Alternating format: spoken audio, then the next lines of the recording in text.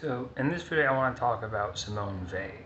She was a French existentialist philosopher from the early to mid 1900s, with colleagues like Simone de Beauvoir and Jean Paul Sartre.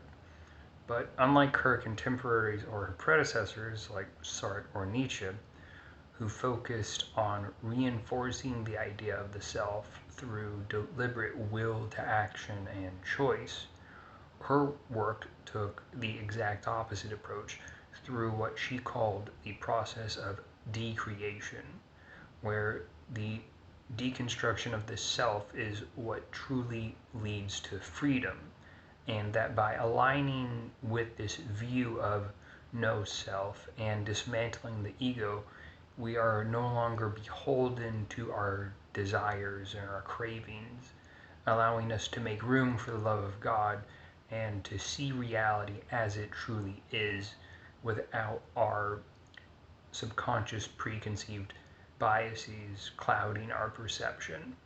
This is very similar to the Buddhist idea of Yatha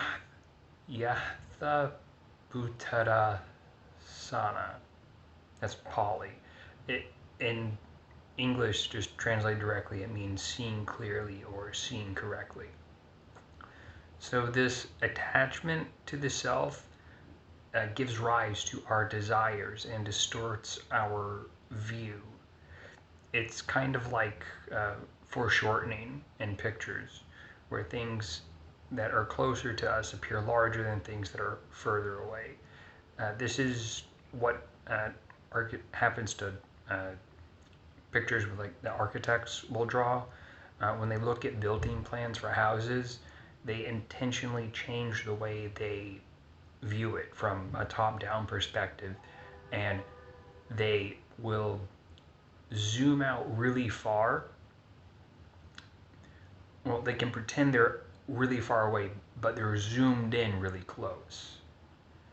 So this actually causes the foreshortening to disappear and allows you to get like a full top-down view of the architectural drawing. Or imagine you're tracing someone's shadow from a flashlight or a torch, and because the light source is so close to to the person, the outline and the shadow is going to be distorted. But if you're outside and someone's tracing your shadow just on the ground with a piece of chalk or something, it's going to be far more accurate because the source of the light, the sun, is so far away. So you can just view the light rays as perpendicular. So our attachment or our non-attachment is like us moving our light of conscious awareness closer or further away from what it is we're viewing, creating more or less distortion. Simone also thought of human existence as being governed by two forces she called gravity and grace. Gravity being the natural pull we feel to fulfilling selfish or greedy or egotistical desires, and that by trying to fulfill these desires, we are actually moving further away from what she would call true freedom, which comes from control of the self through self-examination and understanding. And that this freedom that we are all seeking can only arise from these boundaries that we hold. Like, most people want to be rich, but like, do you actually want to be rich, or do you want financial freedom? You want the freedom to not have to worry about bills or medical expenses and live in a nice comfy house and maybe a nice fancy car or two. But where does that come from? Does it come from you seeking external validation or comparing your life to other people? And do you really want all the weight that comes with that? Not to say that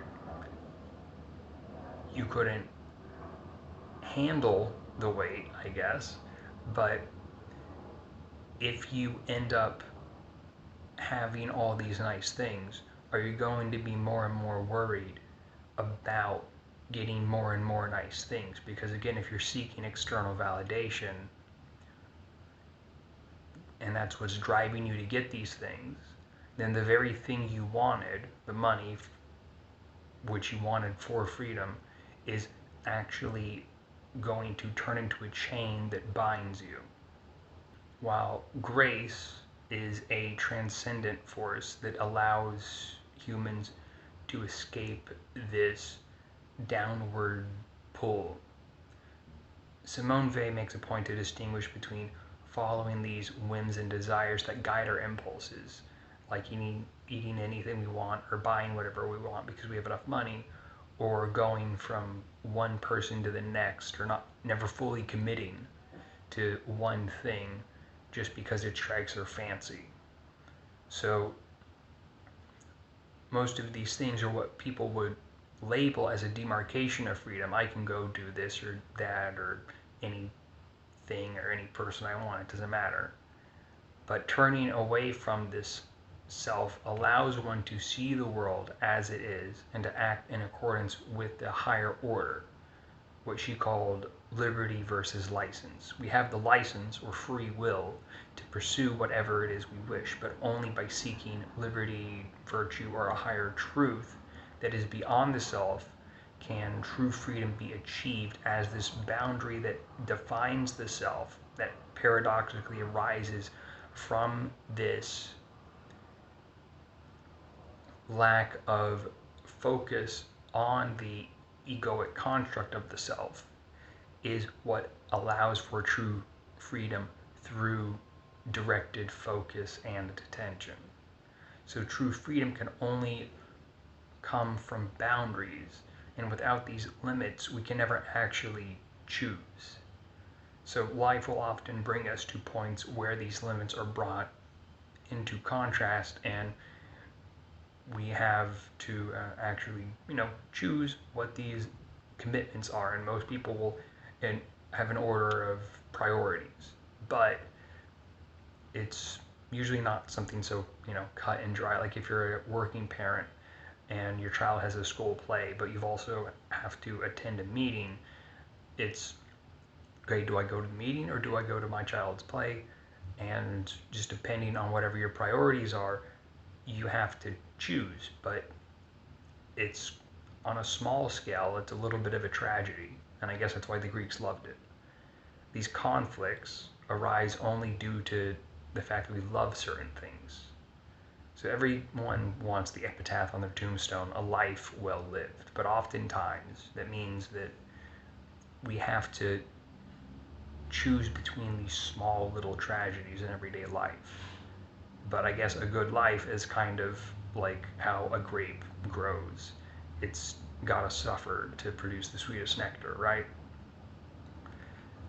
So her idea of gravity and grace coincides rather nicely with my previous work that I've spoken about how the human soul will ascend or descend what's known as a scale invariant spatial axis, depending on its level of self-recognition, and the idea and act of sin having a downward pull, while grace creates a kind of inward negative pressure, drawing the soul up through self-reflection and understanding and surrender to a greater whole, acting in accordance with a will that, while at first appears external, is ultimately guiding each of us to a deeper understanding of self.